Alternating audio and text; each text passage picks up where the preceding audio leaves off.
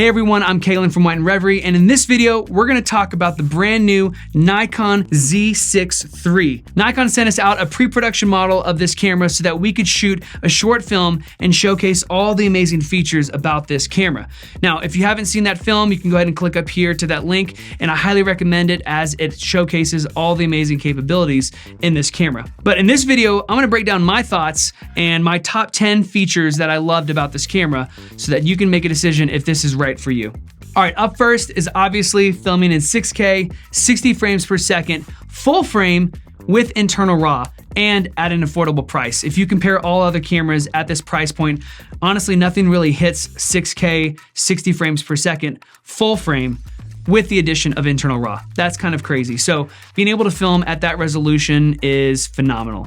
Second, being able to film at high frame rates. You can film in 240 frames per second in 10-bit. So I can actually film an N-Log in 1920 by 1080, filming all the way up to 240 frames per second, which is the highest frame rate in any one of Nikon's mirrorless cameras. It's pretty crazy to see this high frame rate in such a small camera body with really great results. Usually I would get it in 8-bit, but being able to get it in 10-bit is absolutely phenomenal since I really prefer to shoot an N-Log on this Nikon mirrorless camera. Another really fun feature that I found is something called glove mode. In the touch controls, you can actually turn on glove mode, which allows you to tap on the screen and touch the screen while wearing gloves or any kind of hand covering. Now, this is really important if you're filming in cold environments where you need to wear gloves, and instead of having to take your glove off to touch the screen, you can actually enable this and it allows more sensitivity so that you can just tap for autofocus or you can change any settings you need without having to take your glove off. So that was actually a really fun feature that I used whenever we were filming this short film. Next up is undercranking the shutter. Now, not all cameras have this option, some do, but usually some of the cameras will not allow you to have a lower shutter speed than the actual frame rate that you're filming. So if I'm filming in 24 frames per second, I can't crank my shutter lower than 24. Usually it stops at 25. There's a setting in here that you can enable that allows you to go lower. What's great about being able to undercrank your shutter is you're able to create these dreamy sequences that have this really interesting motion blur. There was a sequence in our short film where we really wanted to showcase a couple that's young in love, thinking back on their memories, and this was a really great way to showcase that emotion by undercranking the shutter, and thankfully this camera has that option. Now, this next feature is something that I absolutely love, which is the minimal rolling shutter that you have because of this partially stacked sensor. So if you're used to this jello effect whenever you pan shots really quickly, you don't really have that problem with this camera because of the partially stacked sensor that is greatly reducing that rolling shutter effect that you might find in other camera bodies. Obviously, another feature that people are gonna love about this is the flip out screen. I know it seems like it's not a big deal, but honestly, this is a feature that needs to be in this camera, and especially at this price point, it allows you to get all these angles that you wanted to get. So I can shoot high and point down, or I can shoot low, pivot it out, and it's fully rotating, and I absolutely love it. If you have a V-mount battery on the backside, it can still flip out and show you on the side. It also creates a very versatile filming experience, especially if you're on a gimbal and you don't have a monitor. You can flip out the screen and be able to monitor your footage. So there's a lot of unique versatility that you get with a flip out screen. Speaking of screens, this has a very bright screen.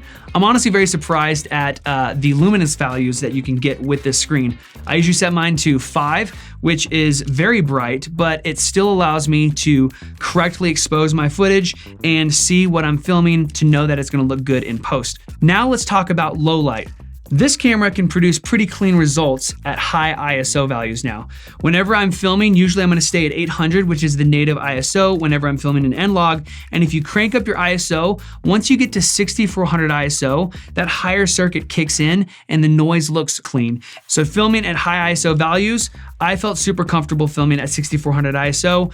There's even shots that I got up to 10,000 and it felt really good. So if you need a camera and you're not able to light certain scenes because of some limitations, know that you can rely on this camera to produce really good results in low light. Now, when you're filming on Nikon, you also get access to the Z-mount lenses. Because this is a Z-mount system, their mirrorless system, you get access to all of their other Z-mount lenses, which honestly is probably one of the biggest plus advantages whenever you're filming on Nikon mirrorless cameras.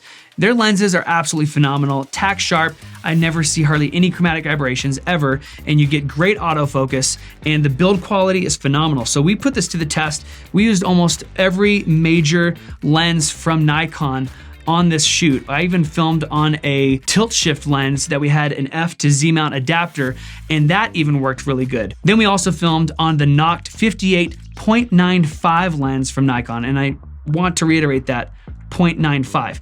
This lens was phenomenal, but also huge and heavy, but the results wide open were breathtaking. Plus, being able to film on the 24-70, even on a gimbal, looked really great. The color reproduction between all the lenses that I've noticed looked very cohesive and consistent. Some lenses I filmed on, I would have less saturation, one might feel warmer, one might have more contrast, but honestly, filming across the S-line lenses from Nikon really produced consistent results, which is really important, especially if you're considering a camera body. You have to consider the lenses, and the camera lenses coming from Nikon are absolutely phenomenal. And lastly, one feature that we ended up using is being able to utilize the USB-C port for powering. So we can actually connect a V-mount battery and connect it via USB-C and power the camera. So if you are not wanting to worry about battery life and you want this camera to be able to film in the entire day, or you want to rig it up and really build out the system, you can add external power and really get phenomenal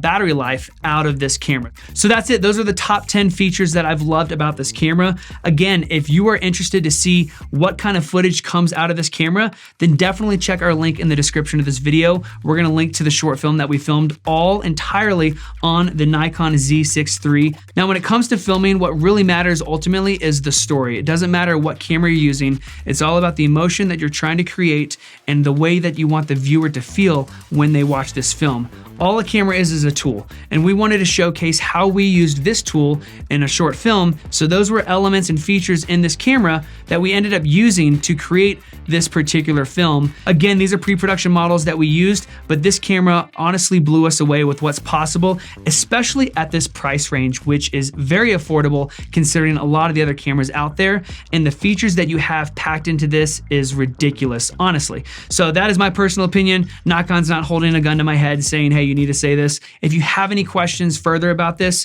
definitely let us know in the comments below. Make sure that you like and subscribe so that you don't miss another video, and I'll see you in the next one.